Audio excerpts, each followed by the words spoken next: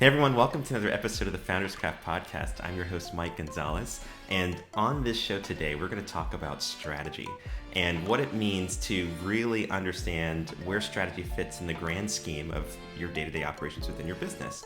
And joining me on the show today is my good friend, Lauren Shippy. Lauren, welcome to the show. Thank you so much, Mike, for having me. I'm so honored to be here. Love working with you and just excited to talk about strategy today. Yes. And so one of the things that I wanted to share with the audience was just a little bit about who you are. And then later in the show, we'll talk what this concept of identity-based strategy, what it's all about. So I've always been an entrepreneur at heart. I had an entrepreneurial family. My family, my grandfather and my father both had auto dealerships. So for years, we were just in that space where at the dinner table, we were talking about business, right? So I just grew up with that ingrained in me. And so it was something that I just couldn't shake. And all through school, I just always had a passion for startups and for what makes businesses work, and always just had this passion to figure out what it was. I wanted to crack the code. I was really passionate about finding that right combination of elements that would lead to success.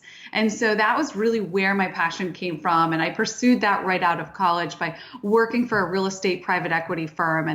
And in that, it was such a great experience. I always tell people this. It ended up failing because it was during the economic crash, right, of 2008. And so the market. I remember that. Yes. You were in real estate, not a good place to be. No. Yeah. And it failed.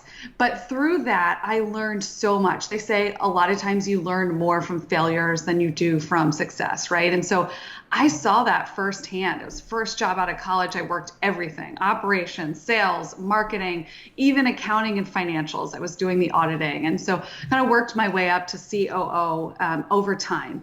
And then I co-founded a family investment office over 10 years ago from that experience. And we've got a portfolio of over 20 startup companies.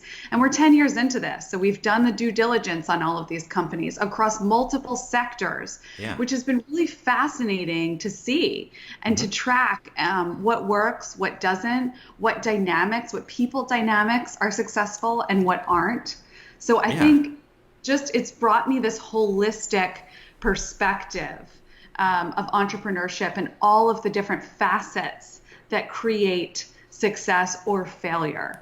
So that's really where I come from. And then a couple of years ago, I launched Storywork because I wanted to be on the other side. Exactly. Yeah. And so that really makes sense on how, especially when you're working with your family office, it gives you such a huge overview of, what startups are doing, some of the trends and patterns you're seeing across the sectors. Now, thinking about identity-based strategy, which is something that you coined launching Storywork, and then also the Strategy Masterclass. And I'd love for you at the end of the show to share with the audience how they can find out more about it. But let's unpack this topic of identity-based strategy. So what is identity-based strategy, and how does it differ from something else that people might be familiar with? Yeah, definitely. First off, I think people are not focused on strategy as a central component, always entrepreneurs in this space. They're focused on creating business plans, fundraising, and executing, right? But when I was thinking about it, and through watching all of these entrepreneurs, I think who they are as people is just as important as what they're building. So identity-based strategy, there's really two levels of it. So the first question that we ask is, who are you? What makes you the way you are and the way that you tick? So that could be you as an individual if you're a solopreneur, or it could be your company. What is the company's identity? And then what is the identity of what you are producing or offering to the world? And if you don't understand that first, and then how you serve your customer and their identities, then nothing else will flow, right? So that's the core of the strategy there. That's the core of identity-based strategy. And I just felt like a focus on that was missing, right? So I really feel like identity-based strategy is the attempt to restore us to looking at identity first and deriving our strategy from that place. That makes a lot of sense, and it reminds me a little bit of like, for example, the Enneagram, right? Because the Enneagram is such a huge eye opener for me, especially when I went through it, reading Ian Cron's book "Road Back to You," and he talks a little bit about it's hard to really live in a society when you don't know, really contribute meaningfully to society when you don't know Yeah. who you are and the Yeah. narrative that you're living. And it sounds like, again, identity-based strategy has a similar kind of perspective of Yes. if you as a company aren't really clear on who you are, how can you add value to what your customers are ultimately trying to accomplish or do or achieve in the world? So, Yes. um, what would be an example that you've seen entrepreneurs that you've worked with, how they've integrated this knowledge of identity-based strategy?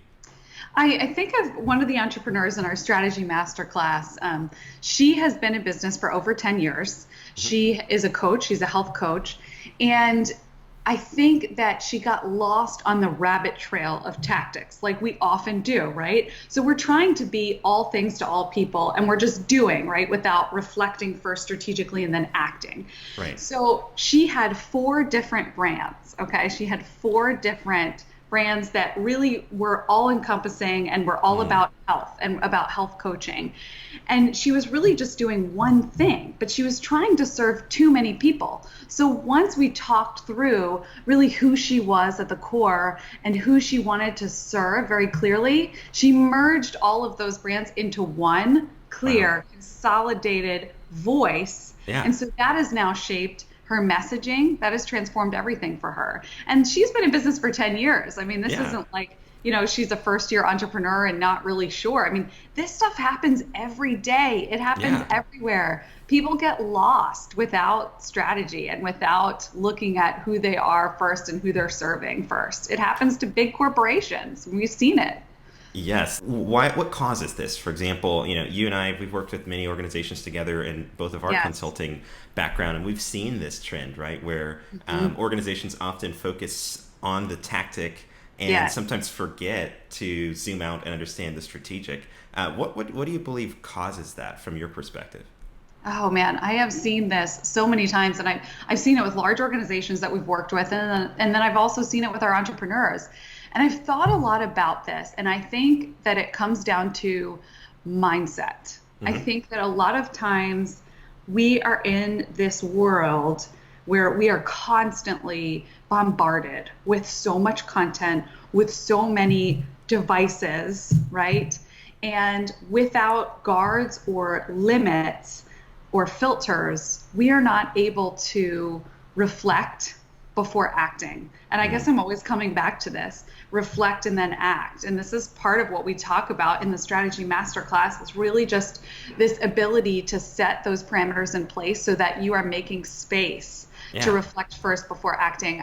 I think that it can get so chaotic that when things get chaotic and when we experience overwhelm, we try to clear our plates. And we try to clear our plates by checking off things on our to-do list. And that leads us to tactics, not Yeah. strategy, right? Yeah. Yeah. So I think I. that it's a lack of probably white space time, Mhm. reflection, and that's probably the really the key components. And we've got to learn how to do this as leaders, as CEOs, and as teams as well. I mean, this isn't really practiced in teams and organizations, Mhm. really, that I've seen. So I think that would be a really key component for teams to implement. How can they take white space time together? I absolutely agree, and I've seen this also in the organizations that I've worked with from time to time, where sometimes we lose sight of the big picture, where we're going, or Yep. sometimes where we want to go feels so far out of reach that Yes. we often make smaller goals to achieve, strive towards, which is good, but Yeah. sometimes those goals turn into just tactics that give us short-term outcomes that we want Yes. to feel good about, right, and feel like we're making Yes. progress. And in Yep. fact, we're actually spinning our hamster wheel on just remaining busy, right? Because we're Right. just implementing a tactic after a tactic after a tactic, but it's not really driving us towards that North Star You that know, we set out to start This or to makes me solve. think of social media for a lot of people. I see a Yeah. lot of entrepreneurs feeling like I've got to keep up. I've got to keep up with this content wheel, with this hamster wheel of just constantly churning things out, right? And so we encourage people in their messaging strategy to really reflect on, well, first, once they know who they are, once they have that solid identity, then their messaging comes from that as the outflow of that, right? But then really encourage them to think through their channels really intentionally. I'm guilty of this. How many times have you just, I got to get something out. Like I got to get some content. I got to push it out, instead of stopping and thinking about what is going to matter. Like publishing articles on LinkedIn instead of just resharing posts, for example, right? There are so many different areas that we can think through this to really be intentional about our movement. When we have clarity about our movement, that is success. And so that was where the Strategy Masterclass was born, because I felt like I went through all of these things personally. So I went through establishing and reading everything I could get my hands on with habits and routines, right? So, Brendan Bouchard, James Clear is another big one, Michael Hyatt, right? All of those gurus and experts, and taking that in and distilling that into what really worked for me. And so getting solid in that foundation, and then really identity, just understanding myself. The Enneagram has been huge, like you mentioned earlier, really understanding my personality, how I operate, and how that allows me to serve. And the things that I've been through in life. I think a lot of people, especially entrepreneurs, maybe don't have or haven't taken the time maybe to reflect on what they've been through and how it shaped them. So what I've been able to do, which is really incredible, is create a process that people can walk through to unpack the things that they've been through, experiences, hardships and triumphs, and how that has shaped them. And usually it impacts the identity of the brand or the company that they're creating, right? All else should flow from that. And so absolutely. That's the foundation. Yeah, because at the end of the day, you start a business to do a couple of things, right? You want to solve a problem and then be paid or compensated for how well you solve that problem.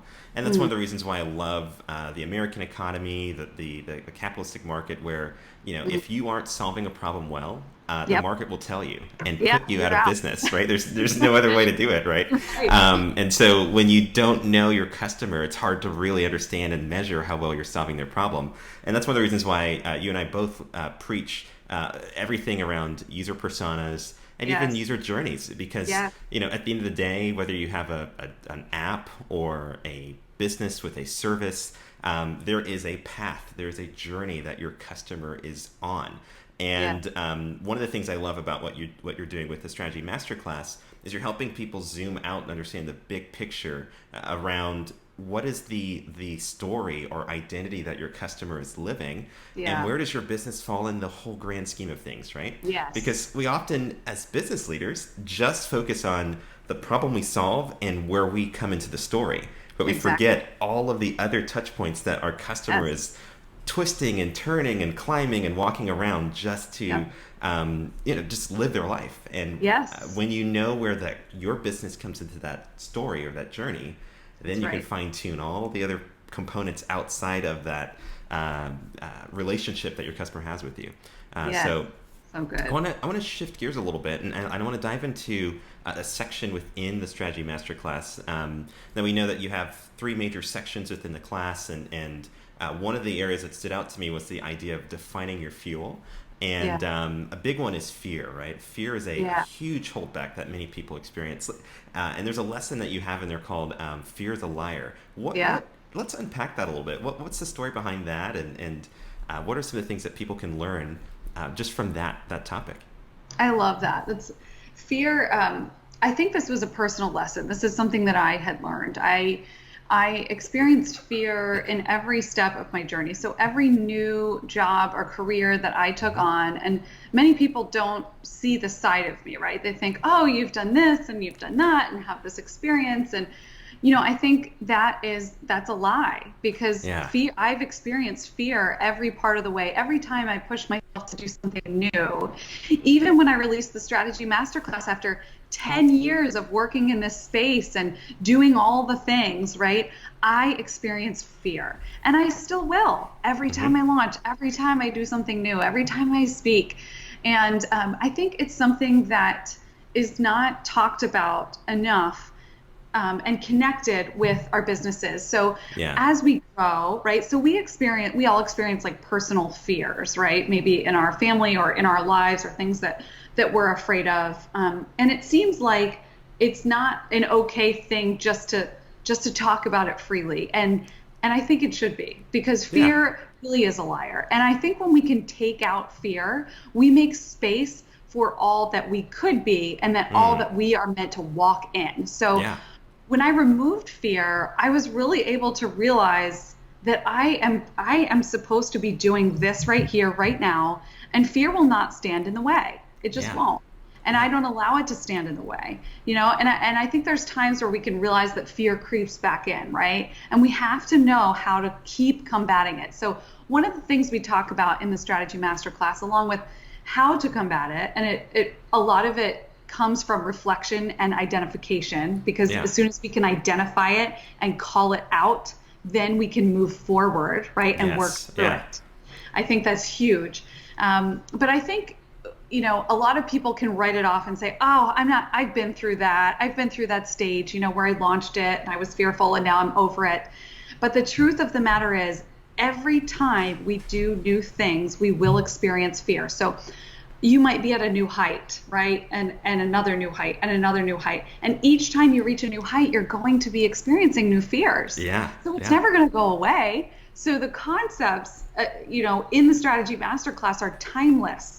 And they really are to be used as a constant reset button. You could almost use this as a quarterly review. Once you've been through it, you could use this as your checkpoint every quarter to say, okay, I'm going to take inventory. What fears am I experiencing right now? Am I connected with my customer now? Let's just, say it partly. Like, so all of these tools can be used over and over again. And I use them personally in my life as checkpoints. Yeah, and what you said, fear always creeps up at the beginning of something that you're getting ready to do that's new. Very often, fear is deep-seated in a lie that we hold on to and believe as truth. And you and I know that fear is false evidence appearing real, and we know that lies can sometimes contain components of truth with distortion wrapped all into it, and therefore we're sometimes putting more of our weight and our trust in the fear and the lie than we do the truth and even patterns of success that we've experienced beforehand. And so I believe that every time that we're getting ready to do something worthwhile, something that's noteworthy, if you will, that's going to make an impact in the world, fear is always the first person to tell you you can't, it or is. You don't have what it takes, or the timing's not right, or you don't have the resources, or the list goes on. That's a huge piece. Now, another thing that you talk about in the strategy map, especially in the third module, you talk a lot about the simplified business plans, right? Yes. And one of the things about business plans that a lot of people are now hearing more and more about is the idea of a lean business plan. Can we talk a little bit about what that looks like and how you've seen the entrepreneurs you've worked with implement that? Absolutely. I think the simplified business plan is just distilling this long 30-page business plan that we think of down to one sheet. And not that the long form business plan is not good. There is value in that. If someone is just starting out or, raising capital as a startup, people want to see that. But the one sheet really lays it all out on one piece of paper. So even the work that we do with the user personas in the beginning and the ecosystem mapping, where we really identify the different markets, right, and the go-to-market strategy within that, are all then put on this one sheet of paper. And it just provides this crystal clear clarity when you see the people that you're serving right next to the channels, how you're going to reach them, and next to your key value proposition, right? So what is it that you're really offering these people? And you can draw lines across this, and you can start to connect dots. So the greatest value that I would say as a result of doing this is that you will connect dots. And the practice of connecting dots is key in becoming a good strategist. Yeah. And becoming a good strategist is the key to becoming a good entrepreneur. Does that make sense? Exactly. Yeah. Yeah. That's a Because long at the end train of of thought there, Yeah, but because at the end of the day, when you look at a business plan, a traditional business plan, especially if it's, let's say 30, 40, 50 pages, it's hard to reference what nuances need to change, especially as you're identifying your sustainable, profitable market, right? Because, yes, you might have set assumptions around who you're serving or set assumptions around the value proposition. yep, And then as you're learning the nuances within the user journeys and even expanding your user personas, the people you're serving, it does impact all of the other components. it And that's does. one of the things I love about what you cover in that section. One last thing I'd love to cover is, and we can touch on this a little bit, blue ocean strategy, right? I know that's had Yeah, a huge impact on your business and what yes. you're seeing and how you coach and advise other entrepreneurs. But let's just talk a little bit about what is blue ocean strategy, why is it important, and what are some Definitely. of the what's a key takeaway we can implement from a blue ocean strategy? Yes, absolutely. I love the Blue Ocean Strategy Framework. And if for those of you that haven't read it, Blue Ocean Shift is an incredible read with lots of examples of this. But they've really done an amazing job of implementing this across organizations all over the world.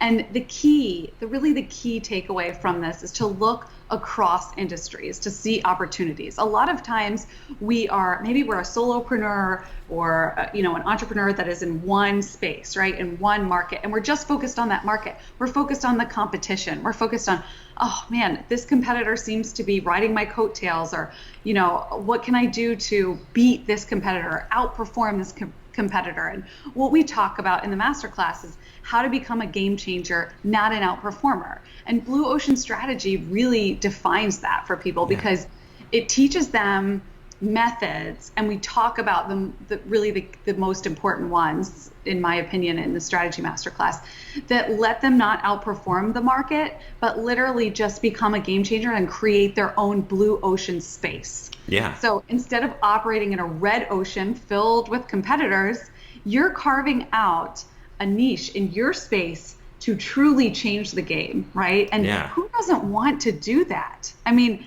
that is incredible. And I'm reminded of the story of the popsicle hotline. You know the story, right? Yes. Yeah. There's a famous hotel out in California, and it's not a very fancy hotel, right? It's just very plain Jane. There's nothing really special about it. But when you're sitting by the pool, you will see an old school red phone that you can pick up, right, and ring the front desk. And a popsicle will be delivered to you on a silver platter, right, a moment later. Love And that. so because they've done this one thing, their hotel has had articles upon articles written about it, worldwide exposure. People go there just for the popsicle hotline. I mean, Yes. seriously, how much did the popsicle hotline cost them to implement? Yeah. Not barely Not anything. Yeah. very much at all. But this one idea transformed them from being a hotel competing with the other area hotels to carving out their own niche, right? Yes, and sometimes it just takes just thinking outside of the box, being able to zoom out and kind of look at, again, understanding your customer, knowing Yes. kind of what they're going through, what would be an aha moment or a moment of delight for them, right? Yes. And it Delight also is huge. it takes just being willing to do something that other people haven't done before, even if it's Absolutely. so simple. I feel like Yep. sometimes we overcomplicate innovation or customer experience, and we think that we always have to be the most technologically advanced company or Yeah. Yep. have all of these out of the box, crazy immersive, screens and devices and all that kind of stuff. And really, Yeah. something as simple as the popsicle hotline can be the thing that differentiates you out of the rest of your Absolutely. competition. It And I doesn't take a love lot of that. money, and it doesn't even take a lot of time sometimes. And this is why we walk through those journey maps, right? Hmm. Where we map out really from the moment they discover you to the moment that they leave you, and hopefully they don't, right? Because hopefully it's just a continuous loop, like you've Oh talked a yeah. lot about. um, but mapping that out and what they're thinking, what they're feeling, what they're experiencing by moment allows you to identify those pockets where you can insert delight. So what is Yes. your popsicle moment? Like, what is your popsicle hotline moment? And anybody can create that. Anybody. One of the things I want to ask you is, what is your opinion on the travel industry? Right, you and I, as a consultants, we have to travel. We work remotely, but Yes. we were talking kind of a couple days ago around, if I could get a chance to reinvent or reimagine the travel industry, there's some key things I'd like to do. What were some things that you kind of envisioned, if you could really get your hands on the travel industry? What aspect of it? I love this. And I really want you to share your feedback here too, because it's so good. But, I think we travel a lot and there's always the schlepping of the suitcases, right? So there's Yes. the packing and then there's the schlepping to the airport and you have to be here this early and you've got to take this and that out of your bag. And, Oh yeah. you've got to, I mean, there's so many things, all the things, right? And so, I think through what would happen if we started from scratch and Hmm. we journey mapped out the travel experience, right? Yeah. From the moment that you book your ticket, even things like when you book your ticket, if it includes a coupon for a free pastry or a free coffee, like I'm delighted. A partnership Yes. with Starbucks, that's a dream. Or with Dunkin' Yes. Donuts, wherever's at the airport, the nearest airport, right? So you know that you have something to look forward to when you get there because no one wants to wait that long, Oh right? yeah. They're working on the security line, but even the check-in process. Hmm. What if you checked in on your mobile device from the parking lot and you didn't even have to go, if you're not taking any luggage, if you didn't even have to go up there at all. You're Yeah. just checked in and there's no barriers, right? There's no barriers to entry. Even the security process. I mean, think through how it could not feel like a cattle call. Oh I don't man. know. Maybe they could, what else could they do? I mean, do we have to have rope lines? Like, is there something new and fun that we could do with that? So there's a Yes. company Yeah. called OTG. Are you familiar with OTG? I've Like, heard of them. I'm not quite familiar with them. No. OTG is reinventing airport experiences. And what they're focused on is really the restaurants. And they are focused Okay. on blending the terminal seating Hmm. with more like high tops, with iPads, and merging the restaurant atmosphere with the terminals. So they're kind of doing away with That's smart. traditional terminals. They're Yeah. adding even like nice windows that feel more like home, Yeah. right? But I think that there could be a lot more done even in the security lines, in the Oh yeah. ticket areas. Like, how can they make it a more concierge style, concierge approach? I think there's a lot that could be reimagined there. Even getting on the plane, the cattle Yes. call, right? Okay, if you're in section, A, right, you now board the plane. Maybe Yes. maybe there is a different way to do that. How could they do it easier? How could they I, break you it know, up? it makes me think because when you think about the airport and the relationship they have with the air carriers and all of the activity that happens to one, keep the airport operating efficiently, safely, and securely, and then Yeah, also, move that volume of people. There are a lot of moving parts to it. a lot of But moving parts. I wonder, what type of research is being done to really look at the integration of all those components.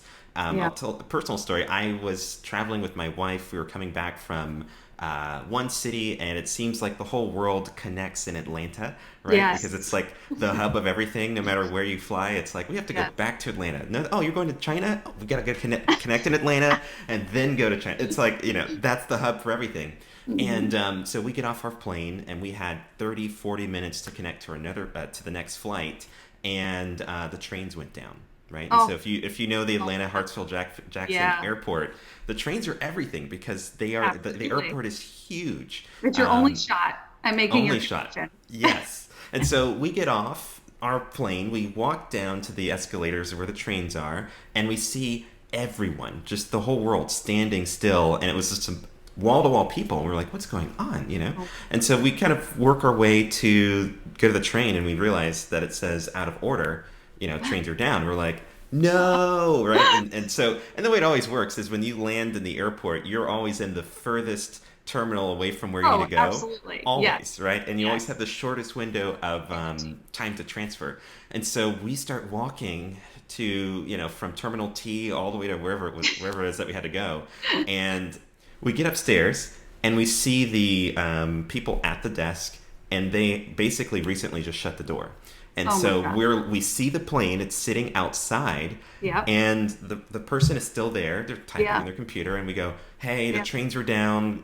We're here. Can you let us on?" And they said, "I'm sorry, sir. No, you can't get on. Once the door is closed, you can't get on." And I'm like, Unbelievable. "What in the world?" And so Unbelievable. that whole experience was a nightmare. And even within that process, I called the airline to let them know that the trains were down, Yep. and the customer service reps had no idea the trains were down. I called the airport trying to see if I can get in touch with the gate to talk and Yep. tell them to hold it and let them know I'm coming. There was no way to get in touch with the gate. So there's Nothing. this Nothing. disparate disconnection between the actual plane, the gate, the Yes. airport, and the customer. And I Yes. would love to see some sort of an innovation that gives you that transparency to know what's happening on the ground at that airport Yes. that you're landing in, whether it's weather or Absolutely. an infrastructure meltdown. Yep. Plus, have the ability as a customer, a paying customer, to Yes. talk to the actual airline down to the gate and have that Absolutely. reassurance that I'm heard, I'm seen.